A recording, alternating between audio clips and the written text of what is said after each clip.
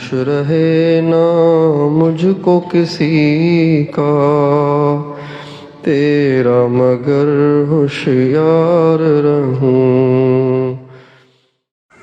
الرحمن الرحیم۔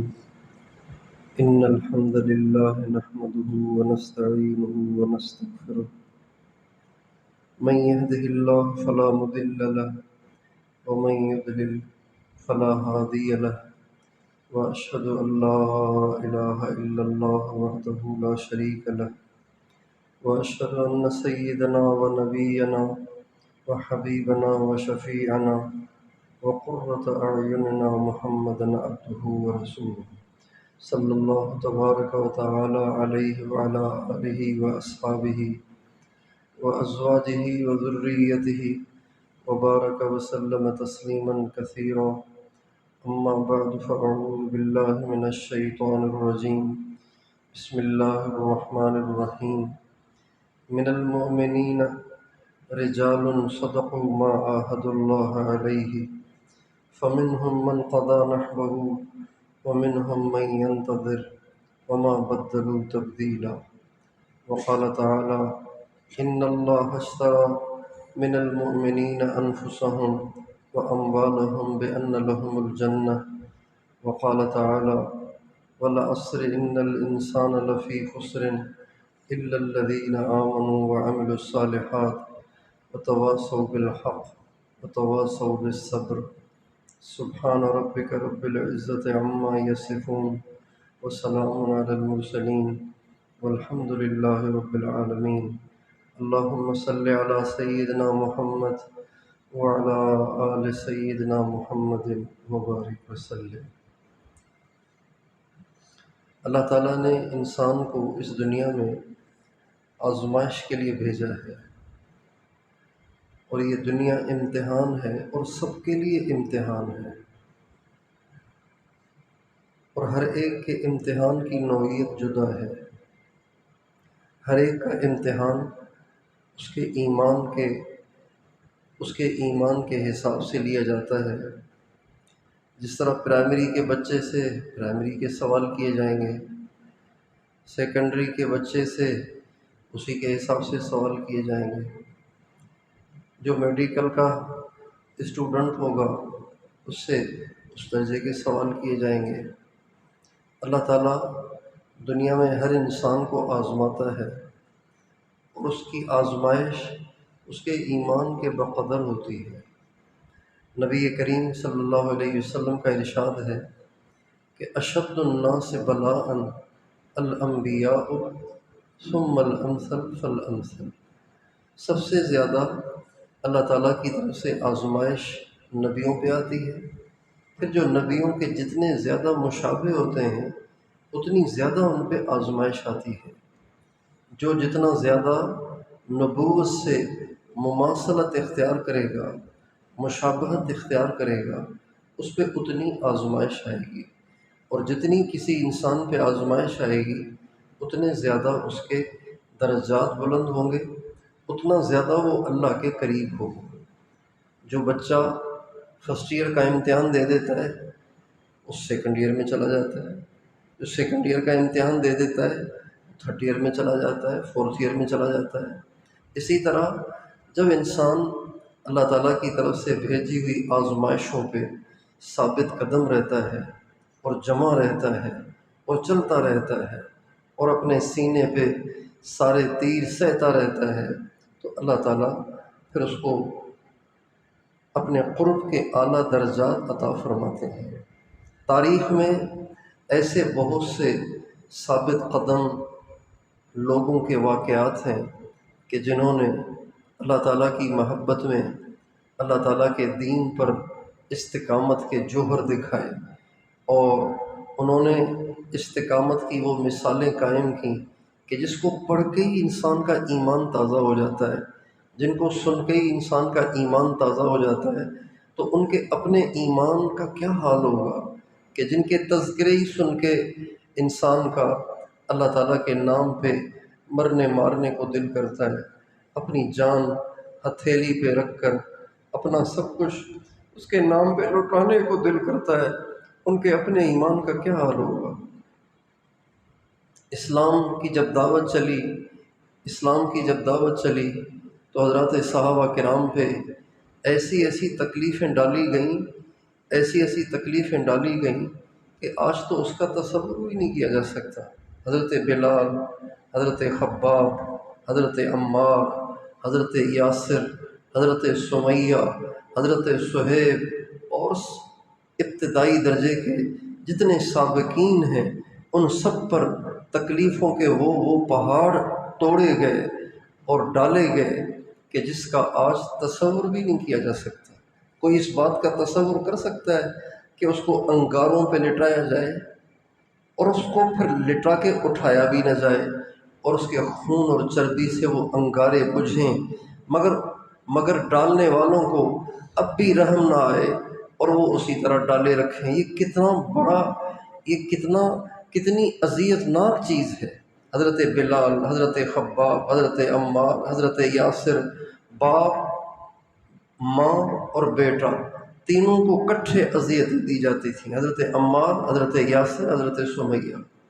اور جس کو موقع ملتا وہ آ کے ان کی پٹائی شروع کر دیتا، جس کو موقع ملتا وہ آ کے ان کو مارنا شروع کر دیتا، جس کو موقع ملتا وہ آ کے ان کی بے عزتی شروع کر دیتا۔ بالآخر ابو جہل کو ایک دن غصہ آیا، اس نے گزرتے ہوئے زور سے ایک برچھا ایک بڑھیا کی شرمگاہ میں مارا جو پار نکل گیا، اور وہ بڑھیا جن کا نام حضرت سمیہ ہے وہ اس زخم کی تاب نہ لا کر بالآخر وہ شہید ہو گئیں۔ یہ سارے استقامت کے مظاہر ہیں، یہ استقامت کے نمونے ہیں، اور یہ اللہ کی رضا کے لیے تکلیفیں برداشت کرنے کے نمونے ہیں جو حضرات صحابہ کرام نے پیش کیے۔ تاریخ نے بڑے بڑے ایسے واقعات کو اپنے اندر درج کیا ہے کہ جنہوں نے اللہ کی محبت میں استقامت کے وہ مناظر دکھائے ہیں کہ تاریخ انسانیت اس کو پیش کرنے سے قاصر ہے۔ لیکن ان تمام واقعات میں جو تاریخ میں استقامت کے، اللہ کی محبت میں، اللہ کے دین پر ثابت کرنے، اللہ کی محبت، اللہ کے دین پر ثابت قدم رہنے میں جو سب سے زیادہ وہ واقعہ کہ جس میں سب سے زیادہ ثابت قدمی کا مظاہرہ کیا گیا ہے اور سب سے زیادہ اللہ تعالیٰ کے نام پہ قربانی پیش کی گئی ہے، اور سب سے زیادہ اللہ کے نام پر اپنے پیارے قربان کیے گئے ہیں، وہ واقعہ کربلا ہے۔ یہ واقعہ بے شک بعد میں واقع ہوا ہے، لیکن اگر یہ واقعہ قرآن مجید کے اترنے سے پہلے واقع ہوتا، اگر یہ واقعہ قرآن مجید کے اترنے سے پہلے رونما ہوتا تو اللہ تعالیٰ اس واقعے کا قرآن میں ضرور ذکر کرتے۔ اللہ تعالیٰ نے ایک شخص کا قرآن مجید میں واقعہ ذکر کیا ہے کہ جب نبیوں نے دین کی دعوت دی اور ان کی ماننے کے لیے کوئی تیار نہ ہوا تو ایک شخص تھا جو لکڑی کا کام کرتا تھا اور اس نے سنا کہ کوئی حق کی دعوت دینے والے آئے ہوئے ہیں اور ساری بستی ان کو جھٹلا رہی ہے۔ اس کو جب پتہ چلا تو اللہ تعالیٰ نے اس کے اندر ایک ایسا جذبہ پیدا کر دیا کہ وہ اپنا کام چھوڑ چھاڑ کے بھاگا آیا۔ وَجَاءَ مِنْ أَقْصَى الْمَدِينَةِ رَجُلٌ يَسْعَىٰ قَالَ يَا قَوْمِ اتَّبِعُوا الْمُرْسَلِينَ اتَّبِعُوا مَن لَّا يَسْأَلُكُمْ أَجْرًا وَهُم مُّهْتَدُونَ وَمَا لِيَ لَا أَعْبُدُ الَّذِي فَطَرَنِي وَإِلَيْهِ تُرْجَعُونَ أَأَتَّخِذُ مِن دُونِهِ آلِهَةً إِن يُرْدِنِ الرَّحْمَٰنُ بِضُرٍّ لَّا تُغْنِ عَنِّي شَفَاعَتُهُمْ شَيْئًا وَلَا يُنقِذُونِ إِنِّي إِذًا لَّفِي ضَلَالٍ مُّبِينٍ إِنِّي آمَنتُ بِرَبِّكُمْ فَاسْمَعُونِ۔ یہ چند جملے جو اس نے کہے تھے، ایک جذبے سے کہے تھے، ایک ولولے سے کہے تھے، اللہ کی محبت میں کہے تھے۔ اللہ تعالیٰ کو یہ جملے اتنے پسند آئے کہ اللہ تعالیٰ نے خاتم النبیین پر جو قرآن وحی کے ذریعے اتارا، اللہ تعالیٰ نے اس میں اس کو درج کر کے قیامت تک کے لیے اس کو زندہ کر دیا۔ اس بڑھئی نے، اس ترخان نے جو لکڑی کا کام کرتا تھا، اس نے آ کے بستی والوں سے کہا، اے بستی والوں، تم کیوں ان کی بات کو جھٹلاتے ہو؟ تم ان کی بات کو کیوں نہیں مانتے ہو؟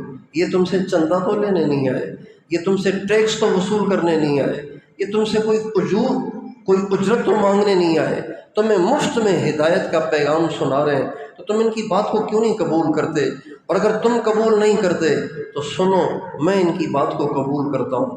جو ہی اس نے یوں کہا تو ساری بستی جو پہلے نبیوں کی مخالفت پہ تلی ہوئی تھی، یہ ساری کی ساری بستی اس پہ پل پڑی اور اس کو تھپڑوں سے اور مکوں سے اور تماچوں سے اتنا مارا، اتنا مارا، اتنا مارا کہ وہیں اسے ٹھنڈا کر دیا۔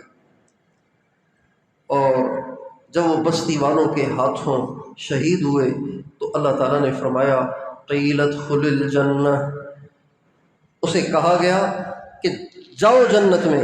جب وہ جنت میں گئے تو اس کے دل میں اتنا اپنی بستی کو ہدایت پہ لانے کا جذبہ تھا، اس کے دل میں اپنی بستی والوں کی اتنی شفقت تھی کہ وہ مر کے بھی کہنے لگا یا لیت قومی یعلمون بما غفر لی ربی وجعلنی من المکرمین، کہنے لگا اے کاش میری بستی والوں کو پتہ چل جائے کہ ان کے ٹھڈے اور ان کی لاتیں اور ان کے مکے اور ان کی مار پیٹ کا درد تو ختم ہو گیا، لیکن اس کے عوض میں جو اللہ نے مجھے انعامات دیے ہیں، کاش کہ میری بستی والوں کو پتہ چل جائیں تاکہ وہ بھی دین پہ آ جائیں۔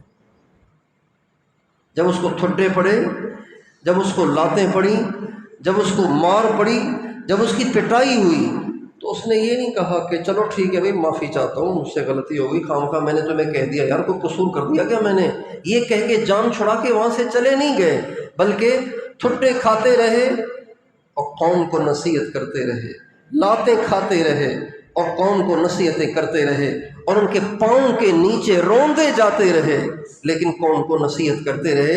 یہ ایک استقامت کا نمونہ ہے کہ جس کو اللہ نے اتنا اس کو پسند کیا، اتنا اس کو فالو کیا کہ اللہ تعالیٰ نے قرآن میں ہائی لائٹ کر کے اس کو بیان کیا ہے، اور قرآن مجید میں بھی کسی عام صورت میں بیان نہیں کیا، بلکہ قرآن مجید میں اس صورت میں بیان کیا ہے کہ جس کو خود نبی کریم صلی اللہ علیہ وسلم نے قرآن کا دل کہا ہے۔ قرآن کا دل ہے، اور قرآن اللہ کا وصف ہے، گویا سورہ یاسین اللہ کا دل ہے۔ سورہ یاسین کس کا دل ہے؟ اللہ نے، گویا اللہ نے حبیب نجار کو اپنے دل میں جگہ دی ہے، اس لیے کہ اس نے استقامت کا وہ نمونہ پیش کیا ہے۔ استقامت کا ایک عام سا آدمی ہو کے، نبی نہیں ہے، ایک عام سا آدمی ہو کے، ایک مزدور آدمی ہو کے ایسا استقامت کا مظاہرہ کیا ہے، ایسا استقامت کا نمونہ پیش کیا ہے کہ جس کو سن کے ایمان تازہ ہو جاتا ہے۔ اب بتائیے، جب حبیب نجار کی قربانی اللہ کو اتنی پسند آئی اور اللہ نے اسے قرآن کا حصہ بنا دیا، تو حضرت امام حسین کی قربانی اور ان کے بچوں کی قربانی اور ان کے سارے گھر کی قربانی، چھوٹوں کے بڑوں کی، مردوں کی عورتوں کی، ان کے اہل و عیال کی اور ان کے ساتھیوں کی قربانی پہ اللہ کو کتنا پیار آیا ہو۔ امام حسین رضی اللہ تعالی عنہ کی جو لڑائی ہے یزید کے ساتھ اور یزید کے لشکر کے ساتھ، وہ کوئی پیسے مال کی لڑائی نہیں ہے، وہ کوئی زمین اور جائیداد اور جاگیر کی لڑائی نہیں ہے، وہ کوئی تخت اور کرسی کی لڑائی نہیں ہے۔ امام حسین رضی اللہ تعالیٰ عنہ کی لڑائی یزید کے ساتھ اور یزید کی فوج کے ساتھ یہ ہے کہ امام حسین کا مطالبہ ہے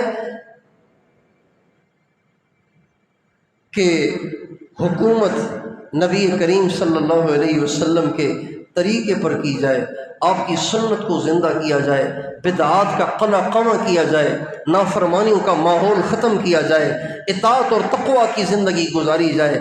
اور یزید کا طریقہ کچھ اور تھا، وہ شراب بھی پیتا تھا، رنڈیاں بھی نچاتا تھا، گانے بھی سنتا تھا، نمازیں بھی چھوڑتا تھا، نشے بھی کرتا تھا، اور ظلم و ستم بھی کرتا تھا، اور بہت سی برائیاں اس میں ایسی تھیں جس کو انسان زبان پہ نہیں لا سکتا، ایسی برائیوں کا وہ مرتکب تھا۔ امام حسین کا مطالبہ یہ تھا کہ اگر ایسا فاسق اور فاجر شخص مسلمانوں کا حکمران بن گیا تو مسلمانوں میں یہی چیزیں پھیلائے گا جو وہ خود کر رہا ہے۔ حکمران تو وہی پھیلائے گا جو وہ خود کرے گا۔ جو حکمران زانی ہوگا وہ زنا کو چھوٹ دے گا، جو حکمران شرابی ہوگا وہ شراب خانے کھلوائے گا اور کھولے گا اور ان کو چھوٹ دے گا، اور جو بددیانت ہوگا، جو چور ہوگا، وہ چوروں کو چھٹی دے گا، وہ چوروں کو چھوٹ دے گا۔ لیکن جو پرہیزگار ہوگا، اللہ والا ہوگا، اللہ سے ڈرنے والا ہوگا، آخرت پہ یقین رکھنے والا ہوگا، راتوں کو اٹھ کے رونے والا ہوگا، اس کا انداز کچھ اور ہوگا۔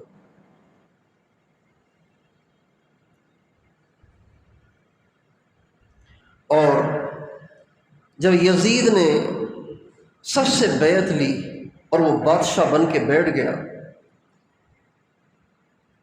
تو اس کو یہ تو پتا تھا کہ اس وقت دنیا میں چند شخصیات ایسی ہیں اگر وہ چاہیں تو میرے خلاف بغاوت کر سکتے ہیں، ان کو عوام الناس میں ایسی مقبولیت حاصل ہے، اگر انہوں نے میرے خلاف بغاوت کرنا چاہی تو وہ کر سکتے ہیں۔ لہٰذا اس نے اپنی فوجوں سے، اپنے مختلف علاقوں میں پھیلے ہوئے گورنروں سے اس نے یہ مطالبہ کیا اور ان کو پریشرائز کیا اور ان پہ اصرار کیا کہ کسی صورت میں، کسی حال میں ان شخصیات سے میرے لیے تمہیں بیعت کو لینا ہے۔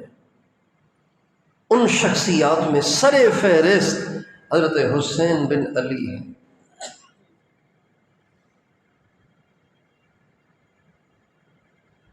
اور دوسرے نمبر پر عبداللہ ابن زبیر ہیں، تیسرے نمبر پر عبداللہ بن عمر ہیں، اور چوتھے نمبر پر عبداللہ ابن عباس ہیں رضی اللہ تعالی عنہم اجمعین۔ یہ وہ چار شخصیات تھیں کہ جن سے سب سے زیادہ یزید کو خطرہ تھا۔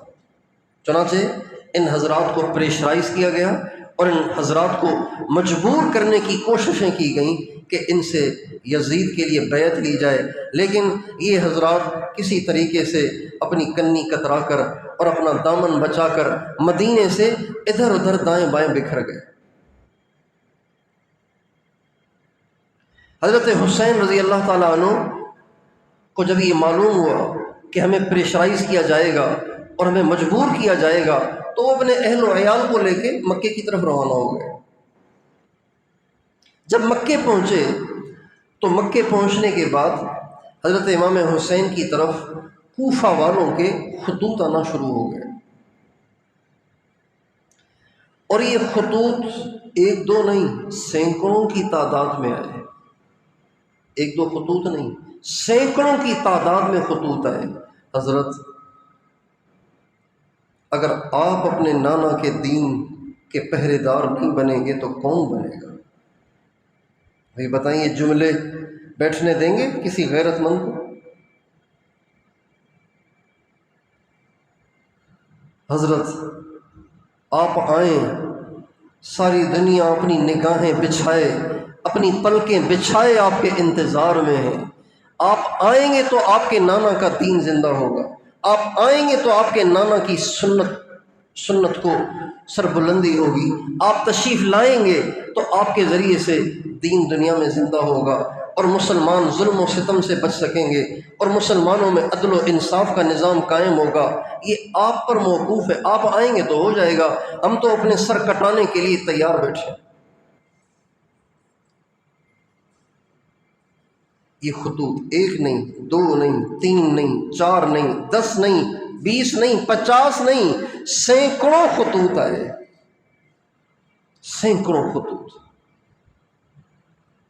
جب خطوط کی بھرمار ہوئی تو حضرت امام حسین رضی اللہ تعالی عنہ سلام اللہ علیہ بالآخر مجبور ہوئے اور ان کا ذہن بننے لگا کہ چلو یہ بھی ٹرائی کر لیتے ہیں، یہ بھی تجربہ کر لیتے ہیں۔ ڈوبتے کو تنکے کا سہارا چاہیے ہوتا ہے۔ جب سارے ملک کی باغ ڈور اور ساری خلافت اسلامیہ کی باغ ڈور ایک گندے قسم کے آدمی میں آ گئی ہے اور اب اسلام کے بچنے کی کوئی صورت ہی نظر نہیں آتی، تو اس موقع پر اتنی بڑی بڑی آفریں، اتنی بڑی بڑی پیشکشیں، یہ ایک بہت طبیعت کو مائل کرنے والی چیزیں ہیں۔ چنانچہ آخری جو خطوط آئے ان میں یہاں تک بھی لکھنے والوں نے لکھا کہ حسین اگر آپ نہیں آتے ہیں تو پھر ہم قیامت کے دن بری ذمہ ہیں، ہم نبی کریم صلی اللہ علیہ وسلم کے سامنے اور اللہ کے سامنے بری ذمہ ہیں کہ جی ہم نے تو بڑی کوشش کی، ہم نے تو اہل حق کو آگے لانے کے لیے ایڑی چوٹی کا زور لگایا، لیکن حسین تیاری نہیں ہوئے، حسین سے مکہ ہی نہیں چھوڑا گیا، حسین سے بیوی بچے ہی نہیں چھوڑے گئے، حسین کو اپنی جانی اتنی پیاری تھی کہ وہ مکے کو چھوڑنے کے لیے تیاری نہیں ہوئے، حسین اتنا یزید سے ڈر رہے تھے، اس کی فوجوں سے ڈر رہے تھے کہ وہ آنے کے لیے تیاری نہیں ہوئے، تو ہمارا کیا قصور ہے، ہم نے تو انہیں تخت پہ بٹھانے کی بڑی کوشش کی، بڑا زور لگایا، لیکن وہ تیاری۔ اس قسم کے خطوط انہوں نے امام حسین کو لکھے، یہاں تک کہ حضرت امام حسین نے اتنا پختہ عزم کر لیا جانے کا کہ جب ان کو سمجھانے کے لیے عبداللہ ابن عباس آئے، ان کو سمجھانے کے لیے دوسرے صحابہ آئے، عبداللہ بن عمر، عبداللہ ابن عباس، عبداللہ ابن جعفر نے پیغام کے ذریعے سے جب ان کو اصرار کے ساتھ جانے سے روکا تو حضرت امام حسین ان سب کی باتوں کو اگنور کرتے رہے اور نظر انداز کرتے رہے اور فرماتے رہے نہیں کچھ بھی ہو جائے میں نے تو جانا ہے، میں نے تو جانا ہے۔ عبداللہ ابن عباس نے ہونے والے تمام خطرات سے ان کو آگاہ کیا۔ دیکھیں یہ کوفہ والے ہیں، انہوں نے آپ کے والد کے ساتھ بھی اچھا نہیں کیا، انہوں نے آپ کے بھائی کے ساتھ بھی اچھا نہیں کیا، تو آپ کیسے ان پہ بھروسہ کر رہے ہیں؟ آپ کیسے ان کی باتوں میں آ رہے ہیں؟ آپ کیسے ان کی باتوں سے متاثر ہو کر اپنا سب کچھ لے کے ان کے پاس جا رہے ہیں؟ لیکن ان خطوط کے مضامین کچھ ایسے تھے کہ جو ایک غیرت مند کو بیٹھنے نہیں دے سکتے۔ حضرت امام حسین کے اندر ہی اندر میں احیاء اسلام کا اور دین کو زندہ کرنے کا ایسا جذبہ موجزن تھا، اور اسلام کی ڈوبتی کشتی کو دوبارہ سے تیرانے کا ایک ایسا جذبہ ان کے دل میں موجزن تھا کہ وہ سمجھانے والوں کے سمجھانے سے سمجھ نہیں رہے تھے، روکنے والوں کے روکنے سے رکنے کے لیے تیار نہیں تھے۔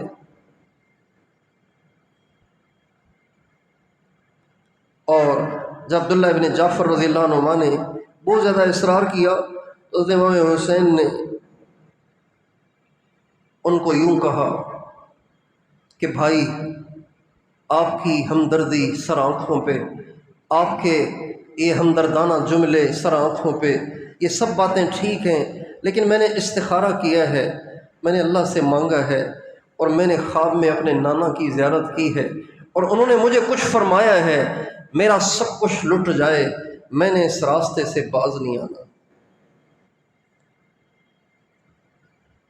یہ کہہ کے اپنے پورے خاندان کو لے کر وہ کوفہ کی طرف چل پڑے۔ راستہ چلتے ہوئے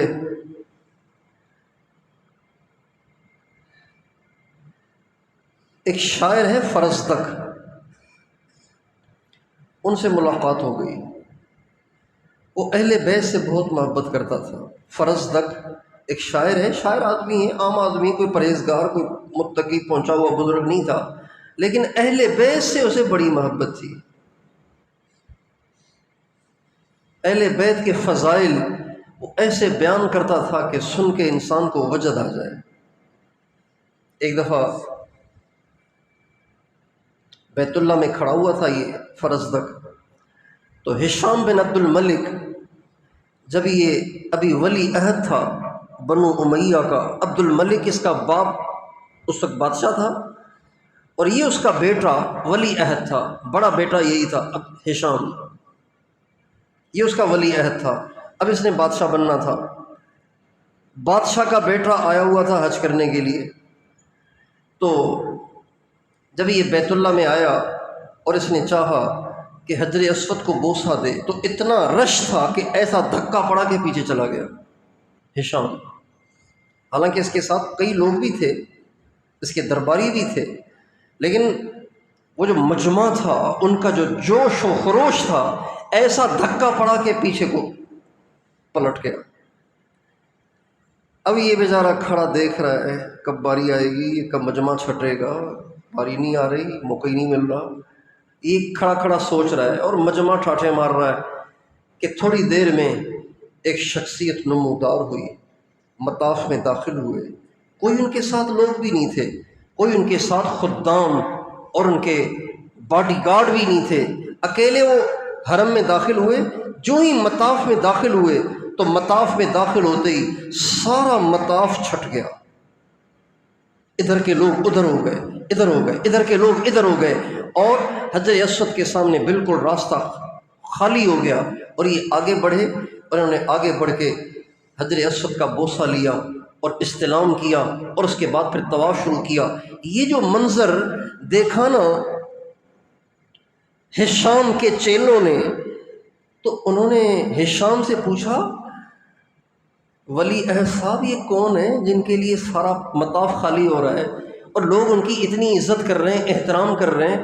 تو ہشام تو جانتا تھا وہ امام زین العابدین تھے، حضرت حسین کے فرزند ارجمند تھے، لیکن اس نے انجان بن کے کہا پتہ نہیں کون ہے۔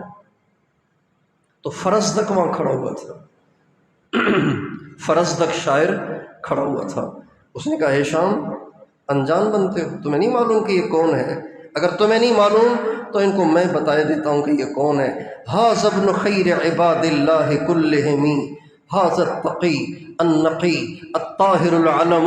اگر تمہیں نہیں معلوم تو سنو، میں تمہیں بتاتا ہوں، روئے زمین کے انسانوں میں سب سے بہترین شخص یہ ہے، یہ وہ ہے جو پاک ہے، پاک صاف ہے، اور اس کا دامن بھی پاک ہے، اس کا وجود بھی پاک ہے، اور یہ اسلام کے لیے ایک نشانی ہے، یہ اللہ کی نشانیوں میں سے ایک نشانی ہے، یہ اسلام کی حقانیت کے دلائل میں سے ایک دلیل ہے۔ ھذا ابن فاطمۃ ان کنت جاہدہ، ھذا ابن فاطمۃ ان کنت جاہدہ بجدہ انبیاء اللہ قد ختموا۔ اگر تجھے معلوم نہیں ہے تو سنو، یہ فاطمۃ الزہرا کا بیٹا ہے، یہی ہے جس کے نانا خاتم النبیین تھے۔ تو فرزدق کو اللہ نے یہ خوبی عطا فرمائی تھی کہ وہ اہل بیت سے بڑی محبت کرتا تھا۔ حضرت امام حسین جب اپنے ساتھیوں کو اور اپنے اہل کو لے کے چل رہے تھے تو راستے میں فرزدق سے ملاقات ہوئی۔ فرزدق سے پوچھا ہاں بھائی کہاں سے آ رہے ہو؟ کہا جی ادھر سے آ رہا ہوں۔ فرمانے لگے کیا کارگزاری ہے وہاں کی؟ کہنے لگا کہ جی دل تو کوفہ والوں کے آپ کے ساتھ ہیں، لیکن ان کی تلواریں تو یزید کے ساتھ ہیں۔ اگر لڑنے کا موقع آ گیا تو ایک بھی آپ کے ساتھ نہیں رہے گا۔ ہاں دل ان کے آپ کے ساتھ ہیں، محبت کرتے ہیں وہ آپ سے، لیکن اتنی محبت نہیں کرتے کہ جب ان پہ حکومت کا پریشر آ جائے وہ پھر بھی آپ کے ساتھ کھڑے رہیں۔ یہ سب بھاگ جائیں گے، بے وفا لوگ ہیں۔ حضرت امام حسین نے یہ بات سنی تو فرمانے لگے میں اپنا معاملہ اللہ کے سپرد کرتا ہوں، جو میرے بس میں ہے وہ تو کر لوں، اور جو مجھ سے نہیں ہوگا وہ اللہ کے حوالے۔ چنانچہ چلتے رہے، راستے میں چلتے ہوئے سواری پہ حضرت امام حسین سوار تھے۔ سواری کے دوران امام حسین کو آنکھ لگ گئی، اونگھ آ گئی۔ اس اونگھ میں اچانک ایک غیبی آواز ان کے کان میں سنائی دی کہ کوئی کہنے والا کہہ رہا ہے یہ جو جماعت جا رہی ہے نا، یہ جو قافلہ جا رہا ہے، یہ وہ قافلہ ہے کہ جن کی موتیں ان کے ساتھ ساتھ چل رہی ہیں۔ یہ قافلہ وہ قافلہ ہے کہ جن کی موت بھی ان کے ساتھ ساتھ چل رہی ہے۔ جو ہی یہ آواز پڑی تو حضرت امام حسین چونکے اور جب نیند سے چونک کے اٹھے نا تو آواز بھی نکل گئی۔ تو علی اکبر جو بڑے بیٹے تھے وہ ساتھ تھے سواری پہ، جب انہوں نے ابا کی آواز سنی، چیخ کی آواز سنی، تو کہنے لگے ابا کیا ہوا؟ تو فرمانے لگے بیٹا ابھی مجھے آنکھ لگ گئی تھی تو مجھے کسی کہنے والے نے کہا یہ وہ قافلہ ہے، یہ وہ جماعت ہے کہ جن کی موت ان کے ساتھ جا رہی ہے، تو اس لیے میں چونک گیا اور میری چیخ نکل گئی۔ تو حضرت علی اکبر کہنے لگے ابو یہ جو ہم جا رہے ہیں کیا یہ ہمارا سفر حق راستے کا سفر نہیں ہے؟ کیا یہ سفر ہمارا حق راستے کا سفر نہیں ہے؟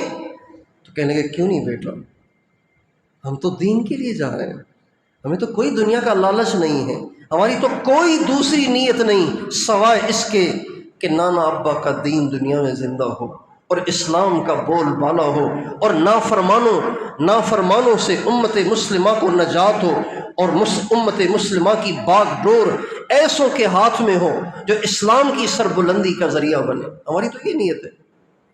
تو حضرت علی اکبر کہنے لگے ابو پھر آپ دل چھوٹا نہ کریں، آپ مایوس نہ ہوں، حق راستے میں چلتے ہوئے اگر جان بھی ہماری چلی گئی تو یہ ہماری سعادت ہے۔ جس جوان بیٹے نے ادھیڑ عمر کے باپ کو، جس کو آگے کہیں اپنے مقصد میں کامیابی کے آثار نظر نہیں آ رہے، جب جوان بیٹے نے یہ تسلی دی تو باپ کا دل بڑا ہو گیا، اور حضرت امام حسین اپنے بیٹے سے فرمانے لگے بیٹا آج تو نے بیٹا ہونے کا حق ادا کر دیا۔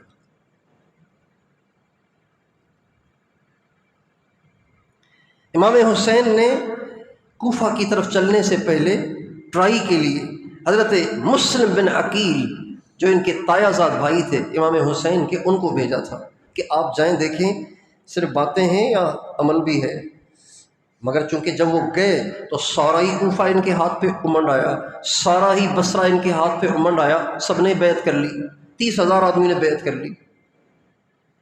لیکن جب ڈنڈا گھوما نا یزید کا ابن زیاد کے ذریعے سے تو سارے ہی آگے پیچھے ہو گئے، مگر واٹس ایپ کا دور تو تھا نہیں کہ منٹ کی خبر پہنچتی رہے۔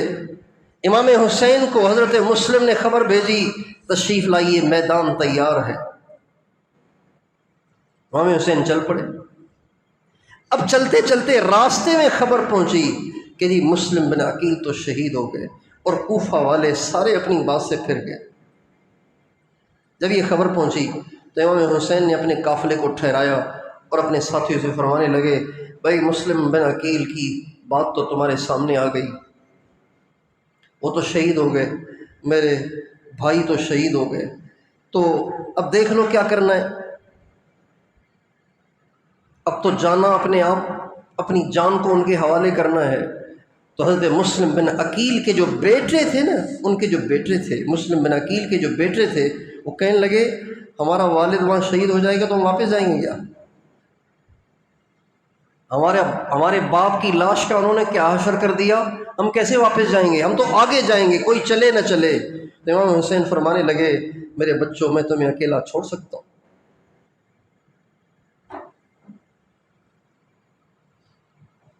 چنانچہ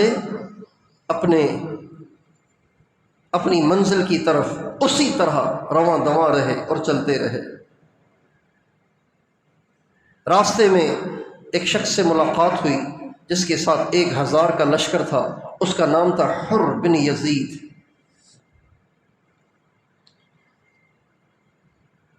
سلام علیک سلیک ہوئی، سلام دعا ہوئی، تو حضرت امام حسین نے پوچھا کہاں جا رہے ہیں، کیا کام ہے آپ سے، کیا کام ہے آپ کو؟ کہنے لگا جی آپ کو میں روکنے آیا ہوں۔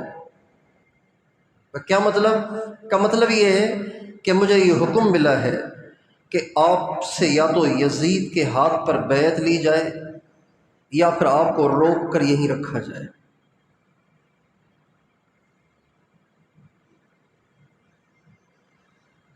تو امام حسین نے فرمایا جہاں تک بیعت کا تعلق ہے تو یہ تو سوچو بھی نہیں کہ حسین جیسا آدمی یزید جیسے آدمی کے ہاتھ پہ بیعت کرے گا، اس کو سوچو بھی نہیں۔ رسول اللہ کے گھرانے کا ایک پاک باز آدمی ایک فاسق فاجر کے ہاتھ پہ بیعت کرے گا؟ یہ تو سوچنا بھی نہیں۔ باقی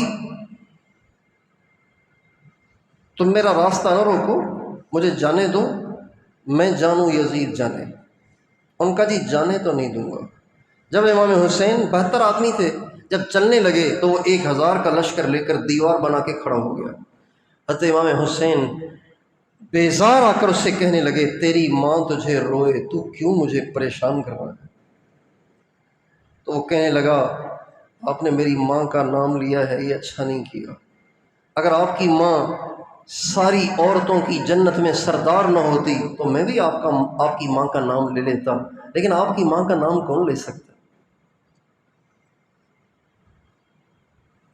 لیکن بہرحال آپ کچھ بھی کریں، آپ کو یہاں سے آگے بڑھنے نہیں دیا جائے گا۔ چنانچہ اس نے روکے رکھا۔ اتنے میں عمرو بن سعد 4000 کا لشکر لے کر آ گیا، اور اس کو ابن زیاد نے یہ حکم دیا تھا۔ ابن زیاد کو گورنر بنایا تھا کوفہ کا یزید نے ایمرجنسی میں۔ پہلے یہ امیر نہیں تھا، پہلے نعمان بن بشیر تھے۔ ان کو ہٹا دیا، اس کو بنا دیا۔ اور یہ مشورہ بھی یزید کو ایک عیسائی نے دیا تھا۔ عیسائی اس کے دربار کا ایک آدمی تھا، سرجون اس کا نام تھا۔ اس نے مشورہ دیا کہ اگر حسین کو گرفت میں لانا ہے نا تو اس کے بارے میں سب سے زیادہ سخت رویہ ابن زیاد کا رہے گا، لہذا ابن زیاد کو بناؤ۔ چنانچہ اسی کو بنایا گیا۔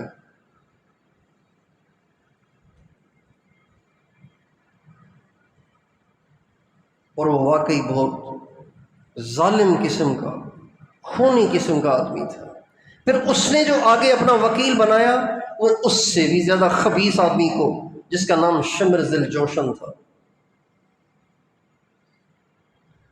اس طرح لشکر پہ لشکر کٹھے ہوتے چلے گئے، امام حسین کو محصور اور محدود کرتے چلے گئے، یہاں تک کہ ان کو ایسی جگہ لا کے محصور کر دیا کہ جس طرف پانی بھی نہیں، دریائے فرات تھا لیکن وہ ان کی طرف ہو گیا۔ امام حسین کو دھکیلتے دھکیلتے دھکیلتے دھکیلتے انہوں نے ایک طرف کر دیا کہ اب،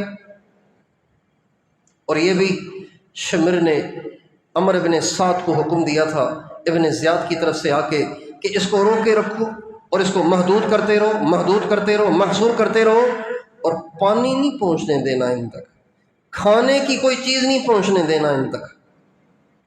چنانچہ ایسے ہی ہوا۔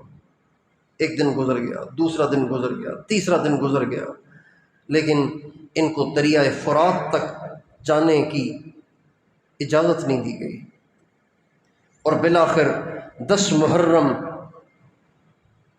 کی رات اور 9 محرم کی شام ہوئی، عصر کا ٹائم تھا کہ شمر نے عمرو بن سعد کو پریشر دے دے کے مقابلے پہ اکسا لیا اور اس بات پہ تیار کر لیا کہ بس اب تم نے اس سے لڑنا ہے، کیونکہ یہ یزید کے ہاتھ پہ بیعت کرنے کے لیے تیار ہی نہیں ہے، لہذا اس کو نہیں چھوڑنا۔ چنانچہ جب وہ لشکر آگے بڑھنے لگا تو حضرت امام حسین نے اپنے بھائی حضرت عباس سے کہا کہ بھائی یہ تو ابھی سے لڑنے آ رہے ہیں، آپ سمجھائیں ان کو جا کے، اور ان سے کہیں کہ اگر تم ہمارے خون کے پیاسے ہی ہو اور تم نے ہم سے لڑنا ہی ہے تو اتنی مہلت ہمیں دو کہ آج کی رات کو ہم اللہ سے استغفار کریں، قرآن مجید کی تلاوت کریں، اس لیے کہ اللہ کو بھی پتہ ہے کہ حسین کو قرآن پڑھنے کا بڑا شوق ہے۔ تو آج کی رات ذرا مجھے اپنی یہ آرزو پوری کرنے دو کہ آج کی رات میری قرآن پڑھنے میں گزرے اور استغفار میں گزرے، اللہ سے دعاؤں میں گزرے۔ چنانچہ حضرت عباس نے جب یہ بات جا کے کہی تو پھر انہوں نے اس کو موقوف کیا۔ حضرت امام حسین نے اپنے سارے گھر کو مغرب کے بعد جب اندھیرا چھانے لگا تو سارے اپنے ساتھیوں کو، اہل بیت کو سمجھایا اور فرمایا دیکھو یہ دشمن تمہارا طالب نہیں ہے، یہ میرے خون کا پیاسا ہے، اس لیے میں تمہیں اس بات کی اجازت دیتا ہوں کہ تم سب کے سب، کھلا میدان ہے، سب کے سب یہاں سے نکلو، میرے گھر والوں کو بھی اپنے ساتھ لو اور بکھر جاؤ، اللہ کی زمین وسیع ہے، مجھے چھوڑ دو اس لیے کہ یہ میرے خون کا پیاسا ہے۔ تو سارے کہنے لگے، سارے رونے لگے اور کہنے لگے آپ کو چھوڑ کے بھلا ہم جا سکتے ہیں؟ آپ کو چھوڑ کے موت کے منہ میں دے کر بھلا ہم جا سکتے ہیں؟ چنانچہ کوئی تیار نہیں ہوا اور سب کے سب دعاؤں میں لگ گئے، سب کے سب استغفار میں لگ گئے، سب کے سب قرآن، جیسے ہم اعتکاف میں دیکھا ہے نا آپ نے، اعتکاف میں لوگ بیٹھتے ہیں تو قرآن پڑھنے کا ماحول بنا، سارے جھوم رہے ہوتے ہیں، قرآن پڑھ رہے ہوتے ہیں، تسبیح پڑھ رہے ہوتے ہیں، نماز نفلیں پڑھ رہے ہوتے ہیں۔ حضرت امام حسین اور ان کے سارے قافلے کی رات ایسے گزری جیسے معتکف کی رات ہوتی، نمازیں پڑھ رہے ہیں، دعائیں کر رہے ہیں، سجدے میں پڑے ہوئے ہیں، رو رہے ہیں، اللہ کے سامنے گڑ گڑا رہے ہیں، استغفار کی تسبیح پڑھ رہے ہیں، جھوم جھوم کے قرآن پڑھ رہے ہیں۔ اس طرح ان کی رات گزری۔ صبح ہوئی، نماز پڑھی گئی اور صبح ہوتے ہی عمر بن سعد نے اپنے لشکر کو آگے بڑھانا شروع کیا۔ تو عرب کے ہاں معمول یہ تھا، عرب کے ہاں معمول یہ تھا کہ سب سے پہلے جنگ شروع ہونے سے پہلے وہ مبارزت کرتے تھے۔ مبارزت کہتے ہیں کہ ایک سپاہی نکلے گا اور کہے گا ہے کوئی میری ٹکر کا، حل من مبارز یبارزنی، ہے کوئی میری ٹکر کا جو مجھ سے لڑنے آ جائے، ایک ایک۔ تو پہلے چند لوگوں میں یوں کشتی ہوتی تھی، اس کے بعد پھر لڑائی ہوتی تھی۔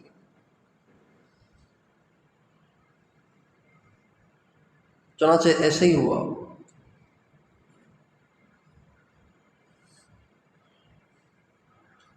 حضرت امام حسین اور عمر بن سعد اور حر بن یزید جب یہ آمنے سامنے ہوئے تو حر، وہ جو جس نے سب سے پہلے راستہ روکا تھا نا،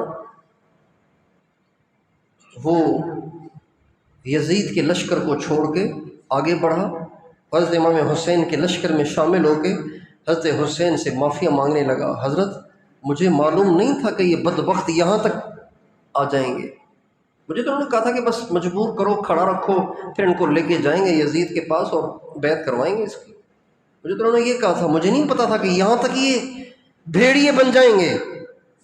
میں آپ سے معافی چاہتا ہوں اور میں اس کی تلافی کے لیے اپنی جان آپ کے نام پہ نچھاور کرتا ہوں اور اپنی جان آپ کے نام پہ قربان کرتا ہوں تاکہ میں اپنی غلطی کا کفارہ کر سکوں، میں اپنی غلطی کو دھو سکوں اور قیامت کے دن آپ کے نانا کے سامنے آپ کے نانا کی شفاعت کا مستحق بن سکوں۔ یہ کہہ کر وہ حضرت امام حسین کے لشکر میں شامل ہو گیا۔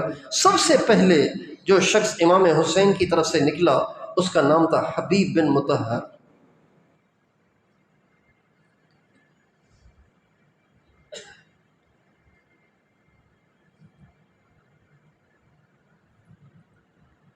اہل بیت کی حمایت میں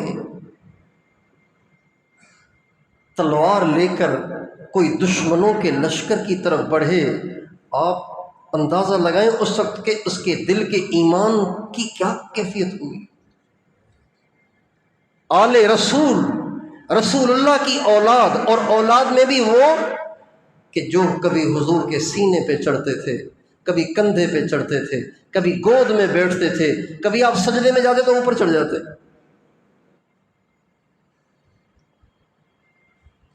اور جن کی زبان نے حضور کے لعاب کو چوسا ہو، جن کی زبان کو خود حضور نے چوسا ہو۔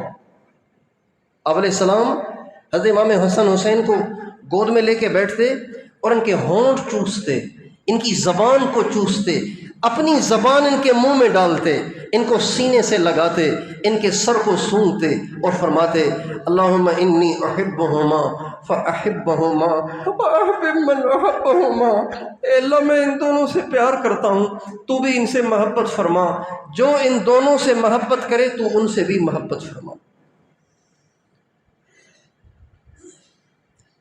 ان کی حمایت میں اور ان کی حفاظت کے لیے تلوار لے کر میدان میں جو نکل رہا ہوگا اس کے ایمان کی کیا کیفیت ہوگی۔ جب حبیب بن مطہر پہ چوٹ پڑی اور وہ گرے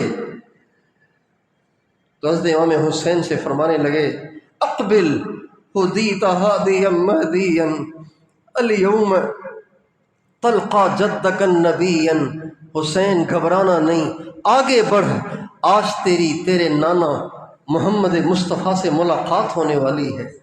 الیوم تلقا جدک النبی، آج تیرے چچا محمد مصطفیٰ سے ملاقات ہونے والی ہے۔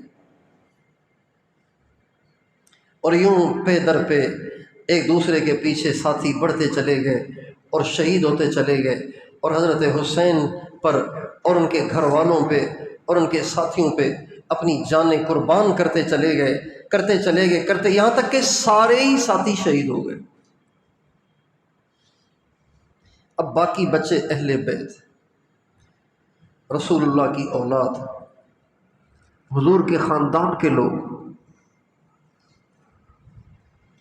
تو وہ بھی ایک ایک ہو کے آگے بڑھے، شہید ہوتے چلے گئے۔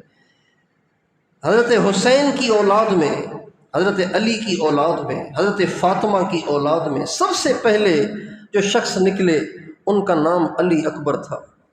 یہ حضرت حسین کے دو بیٹے تھے، اپنے باپ کی محبت میں انہوں نے دونوں کا نام علی رکھا تھا۔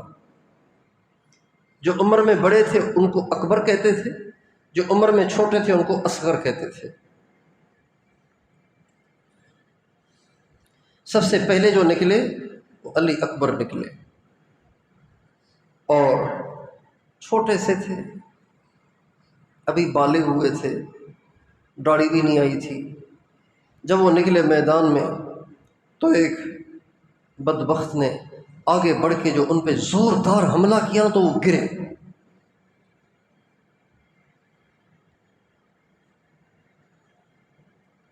جب وہ گرے نہ منہ کے بل تو حضرت حسین بھاگ کے گئے اور ان کو اپنے سینے سے لگایا اور فرمایا اللہ برباد کرے اس قوم کو جس نے تیرے جیسے کو بھی نہیں بخشا۔ اور جوان بیٹا باپ کے ہاتھوں میں تڑپ تڑپ کے اللہ سے جا ملا، اور یوں پہ در پہ بڑھتے چلے گئے۔ سب سے آخر میں جو اہل بیت میں سے جو سب سے آخر میں نکلے ان کا نام قاسم تھا۔ یہ حضرت حسن کے بیٹے تھے، ان کا چہرہ اپنے والد سے بہت ملتا تھا، اس لیے حضرت حسین کو ان سے بہت محبت تھی۔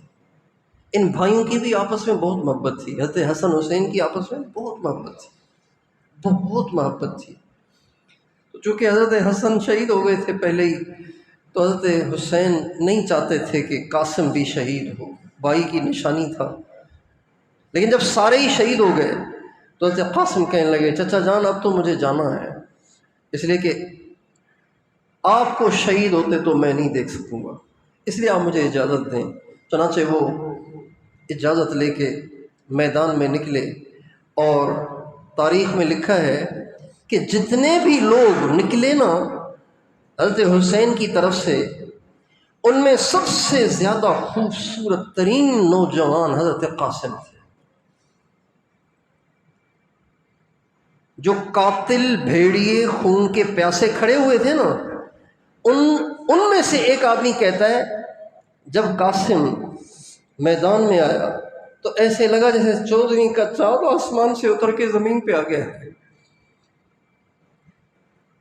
وہ لڑکا اتنا خوبصورت تھا۔ چنانچہ حضرت قاسم جب میدان میں اترے اور لڑتے لڑتے بالآخر وہ بھی گرے۔ جب وہ گرے نا تو انہوں نے زور سے آواز دی یا اماں، آئے میرے چچا۔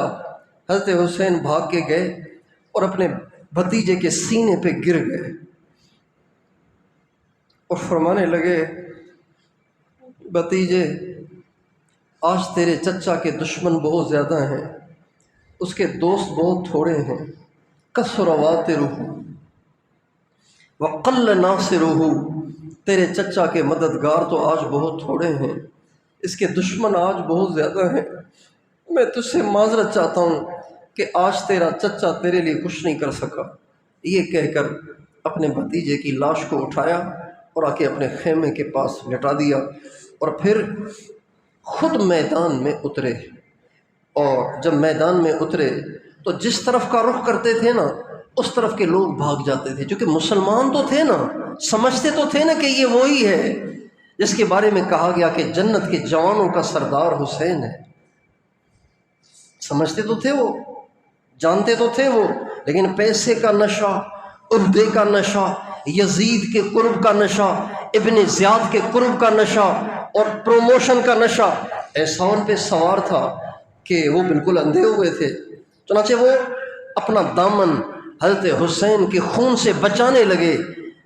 جب ہر طرف بھگدڑ مچ جاتی تھی، جس طرف کا حضرت حسین رخ کرتے تھے، تو شمر نے سب کو لان تان کیا اور سب کو ملامت کی اور کہا، کم بختوں آگے بڑھو نا، کیا رکاوٹ ہے تمہیں، کیوں نہیں آگے بڑھتے؟ جب اس نے بہت زیادہ لان تان کیا تو لوگ آگے بڑھے، حضرت حسین پہ حملہ آور ہوئے۔ بالآخر حضرت حسین کے سر پہ ایسا شدید زخم آیا کہ خون بہتا ہوا چہرے تک آ گیا۔ حضرت حسین میدان چھوڑ کے پیچھے کو لوٹے، خیمے کی طرف گئے، جو ٹوپی انہوں نے پہنی ہوئی تھی جنگ والی وہ اتار دی اور اپنے سر پہ امامہ باندھا، پگڑی باندھی تاکہ خون بھی رک جائے اور سرکار کی سنت بھی زندہ ہو جائے۔ چنانچہ پگڑی باندھ کے میدان میں نکلے، لیکن وہ تو بھیڑیے تھے، ان کو کیا رحمانہ تھا۔ بالآخر سب نے مل کے حضرت حسین پہ وار کیے اور زخموں کی تاب نہ لا کر حضرت حسین گر کے شہید ہو گئے۔ اس دوران جب زخموں سے چور تھے تو پانی وانی تو نہیں پیا ہوا تھا نا، میں نے بتایا نا کہ انہوں نے بالکل ایسی جگہ لا کے کھڑا کر دیا تھا کہ پانی سے دور ہو جائے۔ تو حضرت حسین پیاس سے بے قرار ہو کر جب فرات کی طرف بڑھے تو چند لوگوں نے آگے بڑھ کر حضرت حسین کا راستہ روکا۔ حضرت حسین نے زوردار تلوار چلا کر سب کو آگے پیچھے کیا اور خود پانی تک پہنچ گئے اور پانی کا چلو بھرا اور پانی پینے لگے۔ تو ابن الموقت ایک شخص تھا جس نے ایک زوردار تیر پھینکا جو حضرت حسین کی حلق میں آ کے لگا، جس سے خون نکلا، اور وہ جو چلو پانی سے بھرا ہوا تھا وہ خون بن گیا۔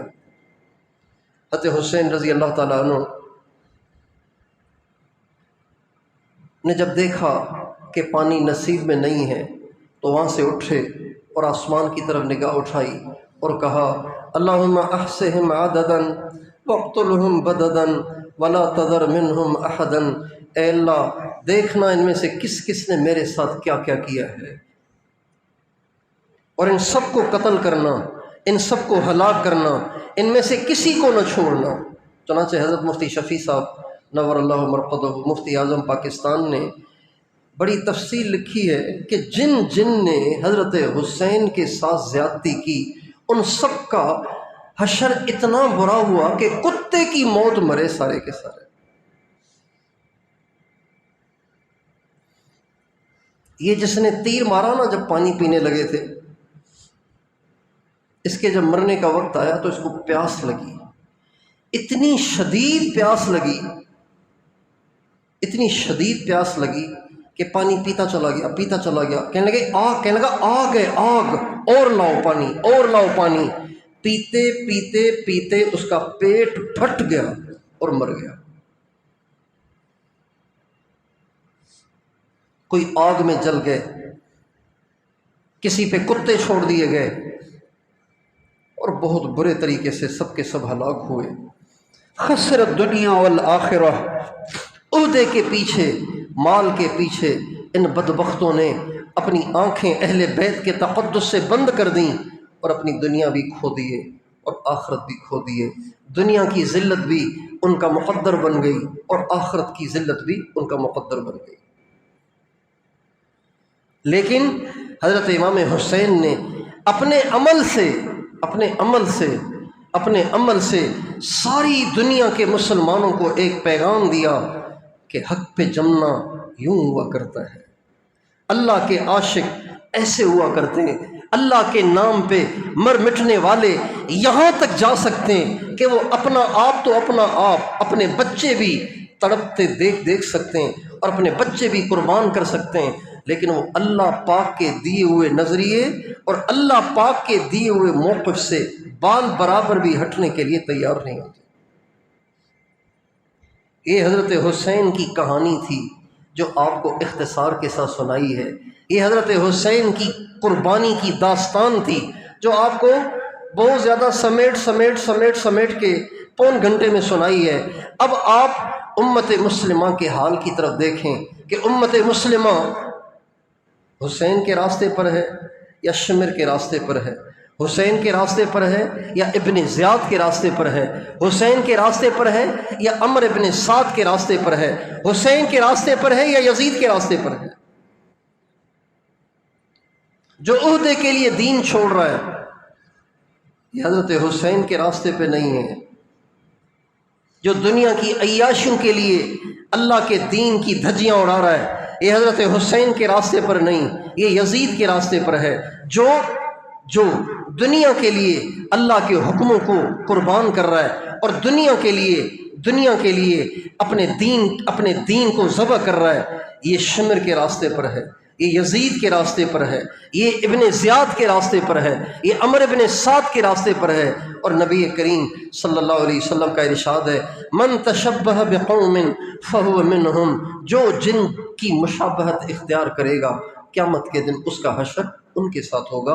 قیامت کے دن یہ نہیں دیکھا جائے گا کس نے کس کے نعرے لگائے تھے، یہ نہیں دیکھا جائے گا، بلکہ قیامت کے دن یہ دیکھا جائے گا کہ کون کس کے مشن کو لے کے چلتا رہا، کون کس کے راستے پہ چلتا رہا۔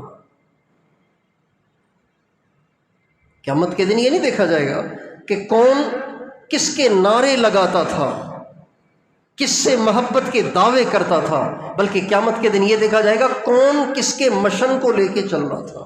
حضرت حسین کا مشن کیا ہے کہ دین کو زندہ کرنا ہے، چاہے جان دینی پڑے، چاہے بچے دینے پڑیں، دین کو زندہ کرنا ہے۔ اور یزید کا مشن کیا تھا، ابن زیاد کا مشن کیا تھا، کرسی کو بچانا ہے، چاہے اہل بیت کو کاٹ دینا پڑے، چاہے اہل بیت کی ساری نسل ہی ذبح کرنی پڑے، کرسی پہ آنچ نہیں آنے دینی۔ یزید کو کیا مسئلہ تھا حضرت حسین سے؟ بس یہی خطرہ تھا کہ اگر یہ اٹھ گیا تو میرا کیا ہوگا، میری کرسی تو جائے گی میرے سے۔ یہ دو نظریے ہیں جو کربلا میں آ کر الگ الگ ہو جاتے ہیں، یہ دو نظریے ہیں جو کربلا میں آ کے الگ الگ ہو جاتے ہیں۔ ایک حکومت کو بنانے اور بچانے کا نظریہ ہے، دنیا بنانے اور بچانے کا نظریہ ہے، اور ایک دین کو بچانے اور دین کو بچاتے بچاتے سب کچھ لٹانے کا نظریہ ہے۔ یہ دو نظریے ہیں، یہ دو سوچیں ہیں، یہ دو راستے ہیں۔ ہر ایک دیکھے کہ میں کون سے نظریے پہ ہوں، میں کون سی سوچ پر ہوں اور میں کون سے راستے پہ ہوں۔ اللہ تعالیٰ ہمیشہ ہمیں حق کا ساتھی بنائے، ہمیشہ ہمیں حق راستے پہ چلنے کی توفیق عطا فرمائے۔ وآخر دعوانا ان الحمد للہ رب العالمین۔ سنتیں پڑھ لیجیے۔